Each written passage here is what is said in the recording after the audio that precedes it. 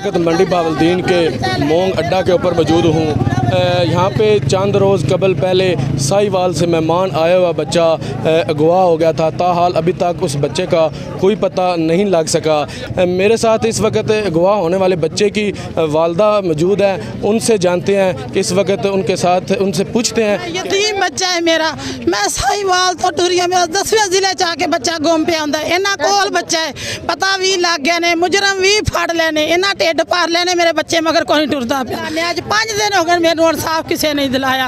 मैं अपना बच्चा लेना चाहनी, कोई मां का बच्चा मैनू बच्चा दुआ देवे, अल्लाह वास्ते मेरा बच्चा दुआ देवे। मैं फौज आलिया वास्ते भी मिन्नत करनी है। वो एक फौजी हवालदार का बच्चा जे की होगा जी, वो रिटायर हो गया सी, वो अज दुनिया ते कोई नहीं है। बच्चे का वालिद नहीं है?